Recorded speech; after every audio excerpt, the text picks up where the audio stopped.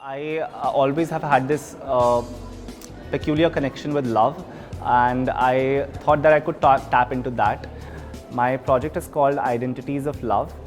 Hi, I am Yash Pandey. I am a final year student of fashion design at IIAD, Delhi. Inspiration from a lot of visuals. I was playing with androgyny, so I was exploring androgyny in a mythological sense. And there were many stories of Krishna dressing up as a woman, Lord Shiva dressing up as women, and cuts, showing of skin. These are elements that are considered feminine. And to show androgyny, I wanted to place those elements on a masculine body. I did not want to do something that was completely Indian or completely Western. So I took inspiration from both the sides, sort of to get best of both the worlds, I guess. And I took inspiration from Indian silhouettes, which are primarily either worn by women, or they are sort of feminine looking, like we have the KDO, which in my personal belief, I feel sort of resembles the peplum dresses, and that is why I thought it could be played around with and can have that sort of androgynous look.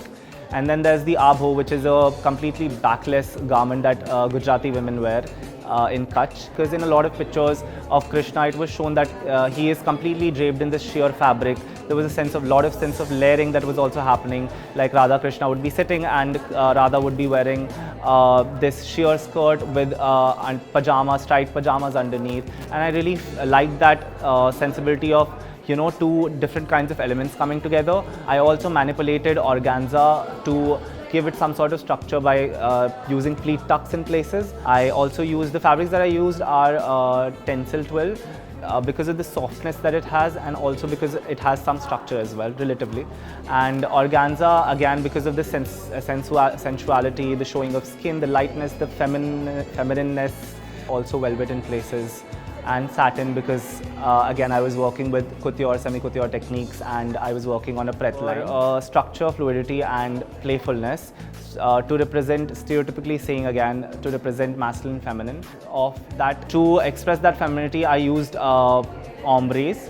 And I used a variety of colors. I used a lot of surface textures, embroideries. I derived embroideries from my abstraction. Also utilized the same embroidery material to make my own accessories. I think I am my biggest saboteur. So I have crippling anxiety. That was one of the biggest challenges that I did face. Because it is a very long project, like I mentioned in the starting. It's a 5-month long project, and there are places where it gets very intense. So that is something that I struggled with a lot. There were days that, even getting out of bed to make yourself come to the class, to the campus, was very difficult.